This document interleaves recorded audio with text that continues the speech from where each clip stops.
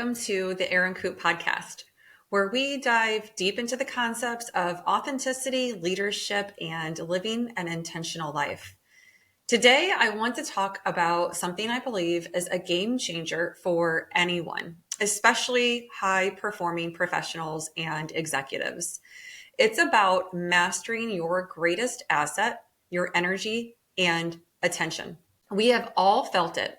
The days when we are utterly drained, unfocused, and wondering why everything feels so heavy.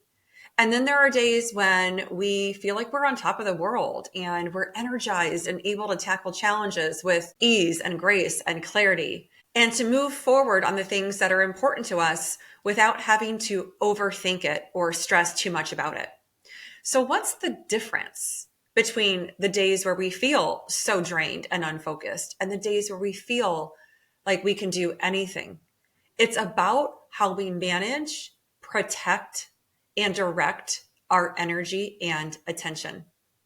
Let's dive into why this is crucial and how you can start mastering yours now. First, I want to redefine what we mean by energy and attention. Often we will equate energy solely with our physical capacity. How much can you move your body? How long can you stay awake? Or how many tasks can you take on at one time? Can you multitask? While physical energy is certainly a component, true energy or all-encompassing energy is about so much more. There is far more to you than meets the eye, and energy is made up of your mental, emotional, spiritual, and social states. Energy is about what makes up your entire being. It's about the essence of how you feel and how you interact and how you present yourself to the world. It's the subtle yet powerful force that drives your actions, decisions, and overall well-being. Attention, on the other hand, is your focus. It's the ability to direct your mind towards specific tasks, ideas, or people and situations. It's about where you choose to place your mental energy and what you allow to capture your focus throughout your day. When you think about your own energy, I want you to consider, what does it feel like to be me? And equally important, consider, what does it feel like to be around me or to be in my presence? These are the questions to really consider when you start to reflect on your own energetic state. Your energy is the resonance you give off. Your thoughts, your feelings, and your mindset all contribute to that overall resonance of what it is to be you, what it is to experience you when it comes to other people that are around you in your life. I want you to think of this as it's your energetic frequency.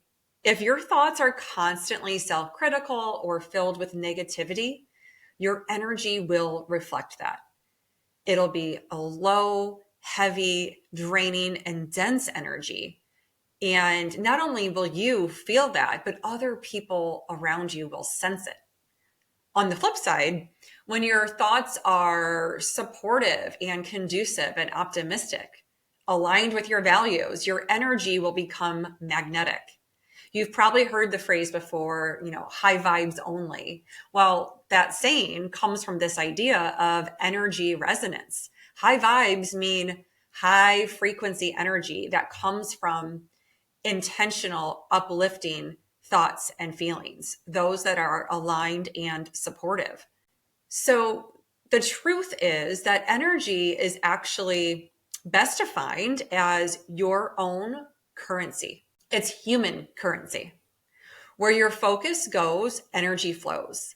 This is why it is crucial to understand the things that drain your energy, or what I will call energy leaks.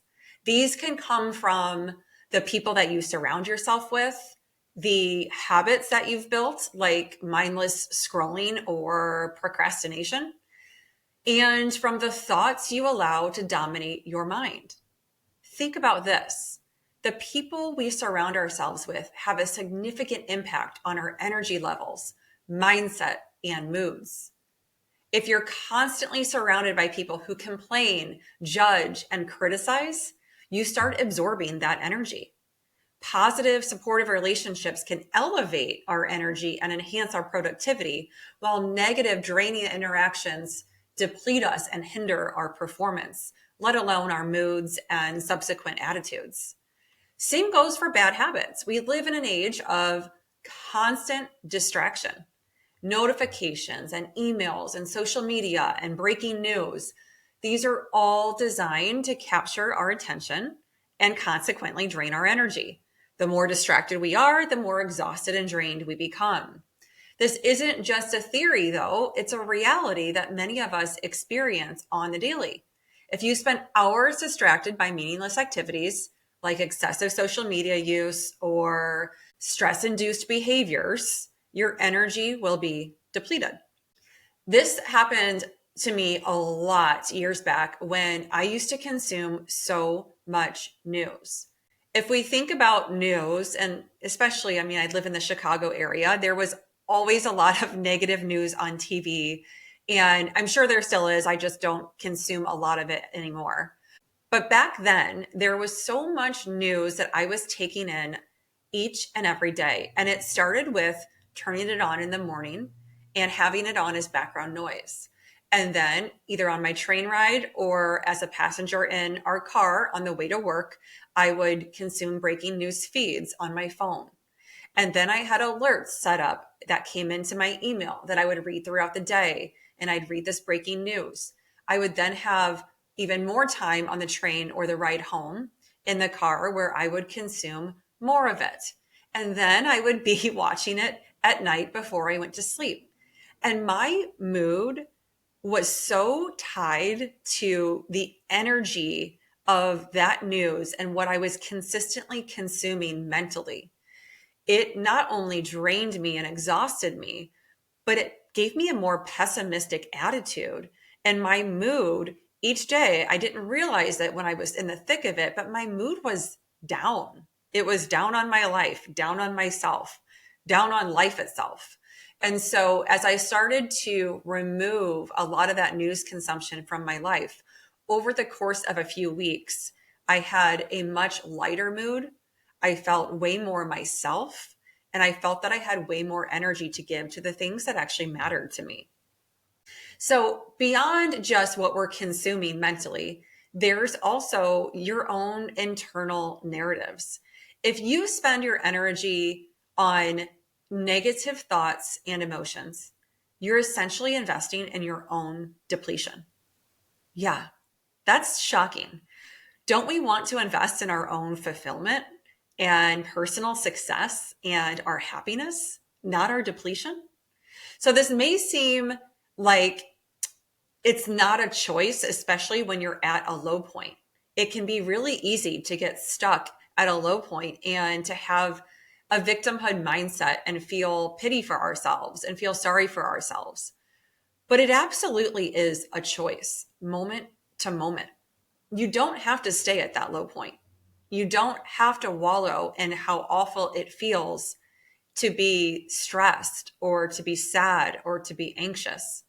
If you tell yourself things like, I'm not good enough, or I'll never be able to achieve that, or there's no way that I could possibly do this or do that, you are feeding those thoughts. You are giving them your focus, your attention, which means that they are getting energy from your focus and attention, and they're growing.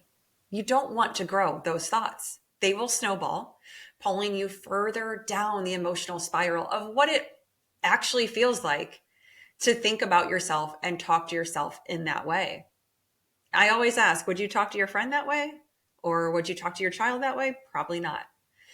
It also leads to a ton of procrastination when we talk down to ourselves, because it's really hard to be motivated to take positive actions if you're in a super low vibe mentality and emotional state.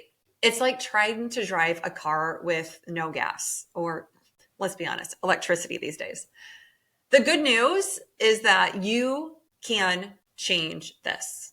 You have control over yourself, and you and only you have the power to shift your thoughts. This is empowering, not daunting. And I'll tell you more about how it's not daunting. You can redirect your energy and attention towards what matters most to you. It does require intention. And here are 3 questions I suggest you start with to ask yourself more deeply what you're giving your attention and energy to and how you are fueling yourself or not. Number 1, where am I giving my attention right now? This is especially important when you're feeling like you're a bit more down on yourself or feeling a bit low vibe. Where am I giving my attention right now? Recognize the thoughts that you are thinking. Recognize the activities that you're giving your attention and your focus to. Recognize where that's feeling like it might be controlling your attention or distracting you from something else that you'd rather give it to. Number 2, is this activity or thought adding value to my life? And number 3, if not, if the answer is no, it is not adding value to my life, how can I shift my focus to something more meaningful to me? Bad habits are really easy to build, but they do not fulfill us. Instead, focus on activities that align with your purpose and your goals. Where are you wanting to go? What small action can you take? In that moment, what is one thing you can do that feels more fulfilling or meaningful to you? For example, can you replace mindless scrolling with a 10-minute walk, or with 10 minutes of stretching, or 10 minutes of journaling, or even a meaningful conversation? Choose to read something inspiring instead of diving into the negative media that is flashing across the screen. Every time you redirect your focus towards something that is more meaningful for you, you are amplifying your energy. You are giving yourself more energy, which means you'll have more to give. So let's also talk about the people you surround yourself with, because this is absolutely imperative. The influence of others is critical when it comes to the energy that you're absorbing. The energy of others affects you more than you might realize. Have you ever walked into a room and instantly felt drained by someone's negativity who you're all of a sudden interacting with? Or on the flip side, have you felt energized by someone's enthusiasm and positivity or optimism? We all have an energetic field around us, and the people in our space influence that field. As you grow to be more and more self-aware, you might notice that some environments or relationships feel heavy or maybe even toxic to you. It's okay to step back and protect your energy, and to even tell people that you just need some space. There is absolutely nothing wrong with that. It's also okay to want to physically change your environment. Maybe you want to renovate a room, or you want to donate some furniture, or just create a space that feels more grounded to you. That's absolutely okay. And it's a part of you recognizing what is draining you or draining your energy. I remember years ago, I worked in an office environment that, as I was becoming more true to myself and more aligned with my own values, I felt like I couldn't really spend time in that office any longer. It was as if when I stepped into that office, and in particular into where all of the workstations were, I felt this sense of almost like dread that came about. It felt like it was a really heavy, dark place to be. And it became something that I was just no longer willing to subject myself to. So the times that I did have to go to the office, I purposely sat in the common space so that I could keep my energy field clear of the people that made up that space. Otherwise, it was as if the people weren't necessarily the problem individually. It was just that the collective energy in that space felt harmful to me. I felt like I would almost get physically sick if I was in that environment. So sitting further away from all of the energy fields collectively of all of those people meant that I could protect my own mental space and my own energy. And that was a pivotal moment for me because I realized that I did not have to take on the energy of others. I did not have to absorb whatever negativity or toxic thoughts or low vibe emotions that those people were navigating. That's for them to navigate, not for me. I need to be concerned about my own mental and emotional state, and I need to manage that and navigate that. Surrounding yourself with positive influences, people who uplift you, and environments that energize you is how you mindfully manage your energy. Evaluating your spaces at home and making them feel good. Evaluating your workspaces and making them places that feel more aligned with who you are. Not being subjected to so much negativity or toxicity from people that you know typically drain you. You have to stay grounded. If you put yourself in chaotic environments, or if you put yourself around those super draining, toxic people, there is no way that you're not going to end up mirroring what that is. There's no way that you're not going to end up mirroring who they are. This is also a good reminder that nature is the most grounding place that you can release negativity. Place your feet on the grass, barefoot, or in the sand, or in a body of water. Take a walk outside. Breathe the fresh air. Be in the sun. Nature takes what does not serve you energetically and it transmutes it into the beauty of all of what we see on this planet. It benefits the planet because only can the earth actually take that energy and turn it into something incredible. Another energy drain that I'd like to cover is complaint. Complaining carries the same energy as criticism. When you complain to someone, you're essentially criticizing that person.